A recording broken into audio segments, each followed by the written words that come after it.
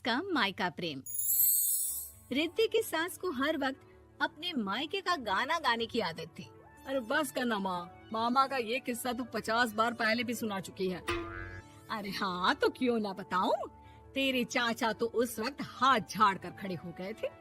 तब मामा ही था तेरा जो आगे आया और मदद की। देखो अब ठीक है ना, जो हो गया सो हो गया। क्यों एक बात को हमेशा गाती रहती हो। अब तो बहू घर आ गई है, उसे तो सबको मान कर चलना है ना कि सिर्फ सास का मायका ही समझेगी वो। तभी वहाँ रिद्धि आ जाती है। माँ, आज मैं घर जा सकती हूँ? माँ को मेरी बहुत याद आ रही है। शादी के बाद एक बार भी नहीं गई। हाँ तो कौन जाता है। अरे मेरी शादी के बाद जब मैं बिदाई होकर आई, इतना बड़ा ससुराल मेरा, खाने वाले 10 लोग और बनाने वाली मैं सिर्फ एक। ऐसा लग रहा था जैसे सिर्फ खाना बनाने के लिए ही ब्याह किया है। वो तो मेरा भाई था, गांव से एक काम करने वाली चाची को भेज दिया जो मेरा हाथ पटाती थी, और उसको पैसा, खाना, कपड़ा, रहने के लिए कमरा, वो सब किससे दिया था? तुम्हारे भाई ने। ये मामला रोज का था। ससुर भी जब गुस्सा होते तो वो सारी बात कह देते जो उनके मन में इतने समय से चल रही थी।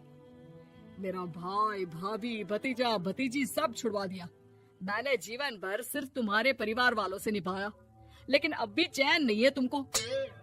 बहू के सामने सास को लगा कि उसकी बेइज्जती हो रही है। अब सुन बहू, अपने कमरे में जा, कहीं नहीं जाना मायके वायके। घर का काम कौन करेगा? पड़ोसन। बहू समझ जाती है मामला गर्म चल रहा है। कमरे में जाने में ही भलाई है।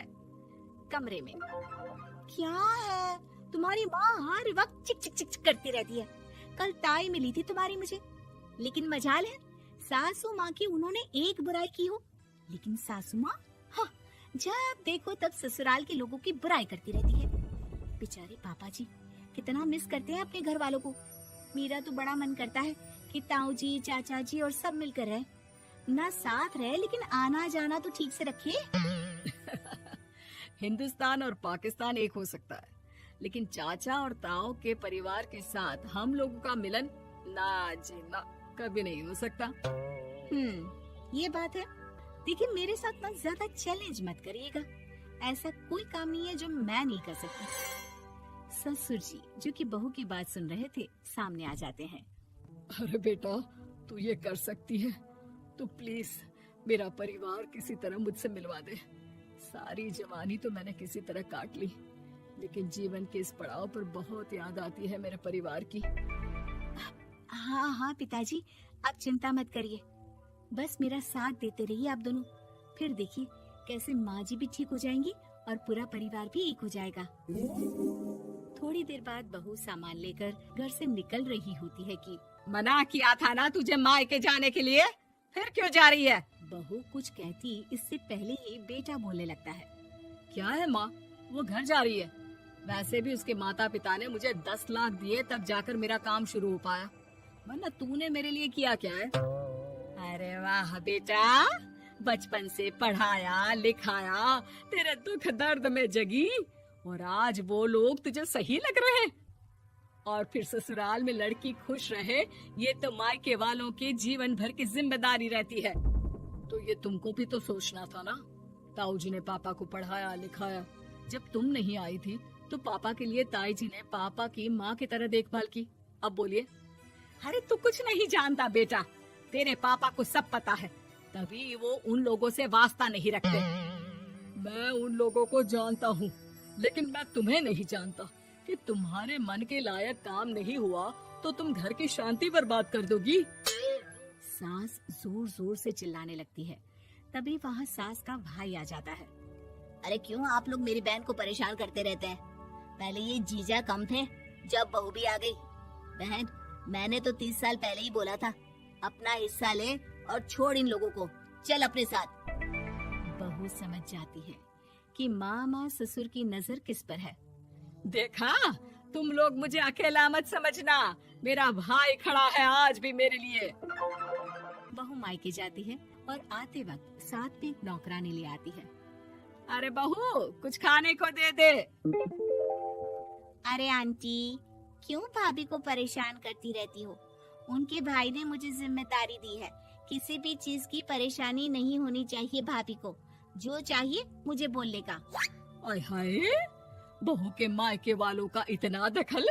ये मेरा घर है, कोई कल का आए इसे पूरा कैप्चर कर ले, ये बर्दाश्त नहीं होगा मुझसे।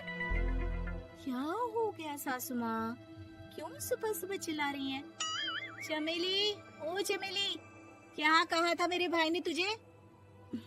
अरे दीदी बहुत तेज है आपकी सासू माँ। मैंने तो बोला कुछ चाहिए तो मांग लो मुझसे। अरे निकल यहाँ से, घर को रेलवे स्टेशन बना रखा है, जो देखो वो घुमा जा रहा है यहाँ से वहाँ। ये कहीं नहीं जाएगी। ये जाएगी तो घर का काम कौन करेगा? मैं। हाँ, और क्या करती हैं बहुएं? घर का काम ही तो करती हैं, इसमें नया क्या है? तभी वहाँ ससुर जी आ जाते हैं। हाँ, तो यही बात तो तुम्हें भी समझनी चाहिए थी ना। आज बहू के मायके से नौकर आ गया तो तुम्हें बुरा लग रहा है? अरे तो उस वक्त गर्मा गर्म खाना तो सबने खाया ना।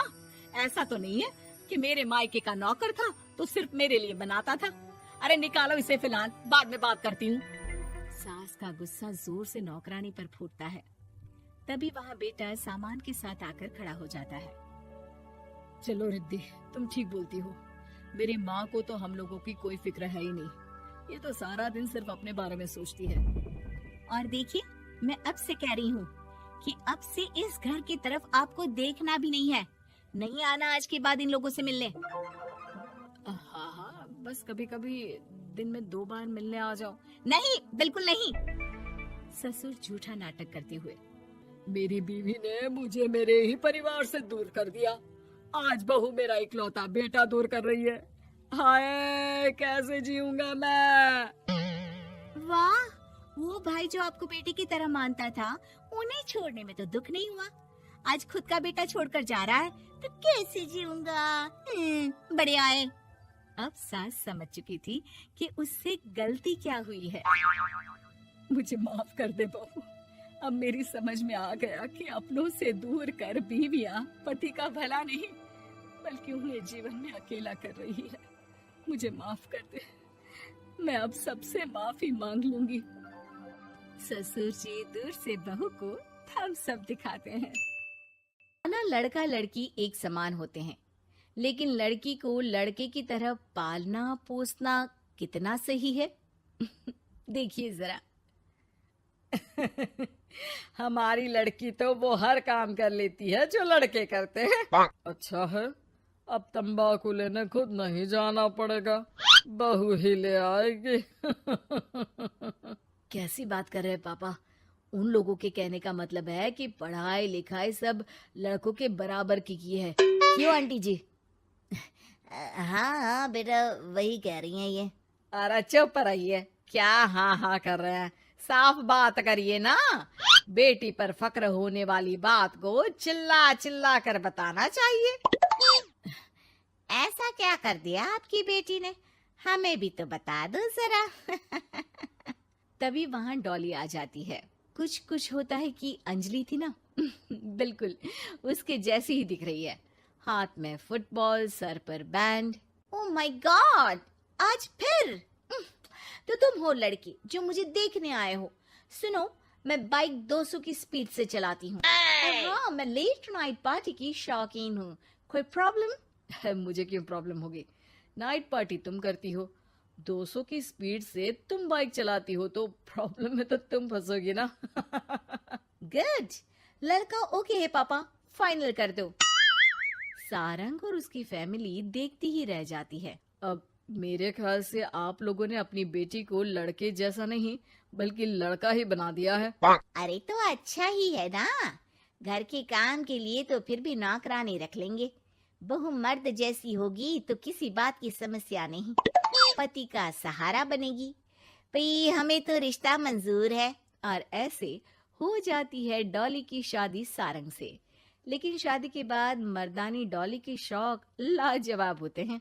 अरे बहू, ये घर का सोफा सेट और गमले फूलदान सब कहाँ गया? माँ जी, वो सारे तो मैंने OLX में बेच दिए। यहाँ मैं अपना जिम लगाऊंगी। और हाँ माँ जी, जरा खाने में ना प्रोटीन की मात्रा ज्यादा रखना। शादी के माहौल में डाइट एकदम खराब हो रखी है। अरे डॉली, घर को घर की तरह रहने दो। जिम का शौक है तो बाहर जाओ ना, घर को क्यों बर्बाद कर रही हो? बर्बाद? अरे कोरोना में हाल बुरा है, बाहर जाऊं घर ले आऊं वायरस। भाई मेरा तो ठीक है, माँ बाप तुम्हारे हैं, एक तो बुजुर्ग, ऊपर से डायबिटीज के मरीज, बाकी जैसा तुम बोलो। अरे नहीं नहीं, ठीक है बेटा, सामान की बर्बादी ही बहुत है, जान की बर्बादी नहीं कर सकते। अरे करोगी क्या बॉडी बनाकर? क्या बात कर रहे हो? लड़की को सेल्फ डिफेंस की जरूरत पड़ती है, कल को किसी ने छेड़ दिया तो? अरे मरना है क्या किसी को तुम्हें छेड़कर? वैसे भी कोई लड़की वाली बात तो है नहीं तुम में। जाओ जरा चाय बनाकर लाओ, देखे किचन में क्या आता है तुम्हें। अरे रहने दो ना माँ, क्यों बेचारी को परेशान कर रही हो? शादी के वक्त तो बड़ा बोल रही थी कि नाक रानी रख लेंगे। अरे कोई बात नहीं, लाती हूँ मैं चाय बनाकर। चलिए बोलिए, कौन कौन पिएगा? अब शाम का वक्त है, जाहिर है सारे ही पियेंगे। चलो मैं भी मदद करता हूँ। बस करो यार, अभी आई मैं। डॉली किचन में जाती है और चाय के साथ पकोड़े बनाकर भी ले आती है। अरे वाह! विश्वास नहीं होता कि जोमेटो की डिलीवरी किचन तक होती है। कहाँ से लाई हो बहू? एक तो वो बनाकर लाई है, फिर मजाक। वैसे डॉली, ये पकोड़े बनाने आते हैं तुम्हें? ये तो पता नहीं था मुझे। सिर्फ बनाने ही नहीं, सबसे अच्छे पकोड़े। भाई ऐसे पकोड़े तो मैंने अब तक ना खाए थे। वो खाना बनाने का शौक है मुझे। क्या बात कर रही हो? कब सीखा? वो जब मेरी जॉब बैंगलोर में लगी थी ना, तो मैं अकेली रह रही थी, तभी सीख लिया। वैसे शाम को किस देश का खाना खाना है बता देना, मैं वक्त से बना दूंगी। डॉली बाहर निकलती है और बाइक चलाकर तेजी से निकल जाती है कि तभी पड़ोसन आ जाती है। अरे सारंग की माँ, क्या बहू लाई हो, न शर्माना न घूंघट। अरे बाइक पर तो ऐसे जाती है जैसे धूम फिल्म का हीरो हो। अरे आंटी आइए ना, कैसी हैं आप? अरे कमला बहन, वही मैं सोचूं, घर में नई बहू आई और तू तीली लगाने नहीं आई। तीली? अरे तीली कैसे सारंग की माँ? अरे बहू तो घर पर अच्छी लगती है, वो भी घूंघट में। सास बैठी रहे और वो खाना खिलाए। अरे बहन जी, वैसे आपकी बहू के बारे में भी बहुत चर्चा है। सुना है घूंघट के अंदर से ही गालियां निकालती है। अरे ऐसा घूंघट भी किस काम का? और नहीं तो क्या, बहू आंखों की शर्म लेकर आए तो अच्छा लगता है। आंटी, हमें डॉली जैसी है वैसी ही पसंद है। आपको पता है, कल ही उसे कंपनी में बेस्ट एम्प्लॉय का अवार्ड भी मिला है। मतलब काम भी करती है क्या वो? नौकरी करवा रहे हो? ऐसी भी क्या पैसों की कमी भाई? पढ़ी लिखी लड़की काम करना चाहती है तो क्यों ना करे? हम लोगों को क्यों ऐतराज होने लगा? माता पिता पढ़ाते लिखाते हैं नौकरी करने के लिए ना कि घर के बर्तन झाड़ू के लिए कि मैं उसे घर बिठा लूं।